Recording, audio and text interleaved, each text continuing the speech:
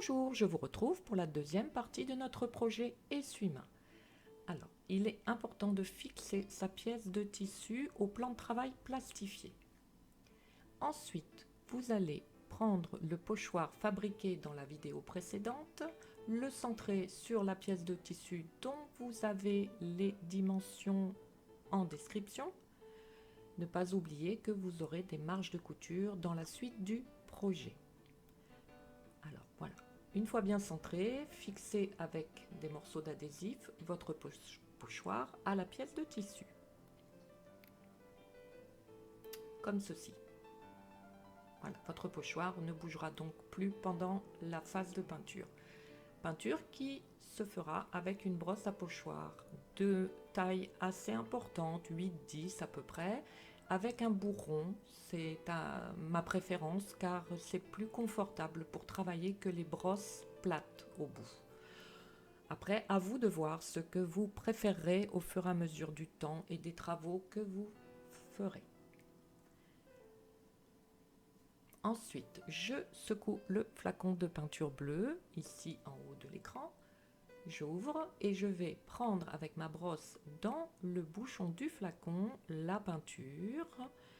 Le trop-plein sera déposé dans l'assiette et je vais tapoter ma brosse à pochoir sur les interstices du pochoir afin de déposer la peinture. Je reprends systématiquement la peinture dans l'assiette jusqu'à ce qu'il n'y en ait plus assez et là je retourne donc dans le flacon.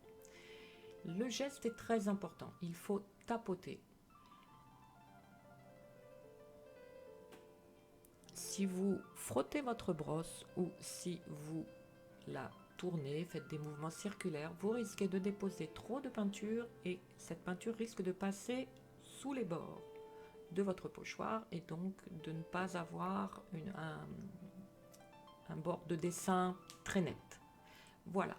Ici, j'ai choisi de ne pas laver mon pochoir. Ce n'est pas une nécessité, mais si vous ne lavez pas votre pochoir entre deux utilisations, alors il faut laisser sécher la peinture. Voilà. Si vous voulez laver votre pochoir, laissez-le simplement tremper dans de l'eau claire, la peinture se détachera toute seule.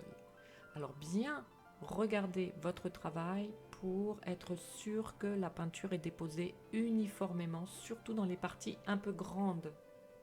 Voilà, donc tapotez autant de fois qu'il faudra, revenez autant de fois qu'il faudra pour avoir vraiment un rendu de couleur très uniforme, si c'est ce que vous souhaitez, bien sûr.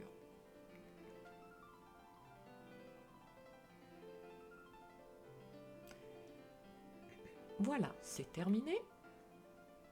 Donc n'oubliez pas de mettre votre brosse à pochoir dans l'eau et dès que ceci est fait, vous pouvez décoller votre pochoir sans attendre bien sûr le séchage qui va se produire maintenant.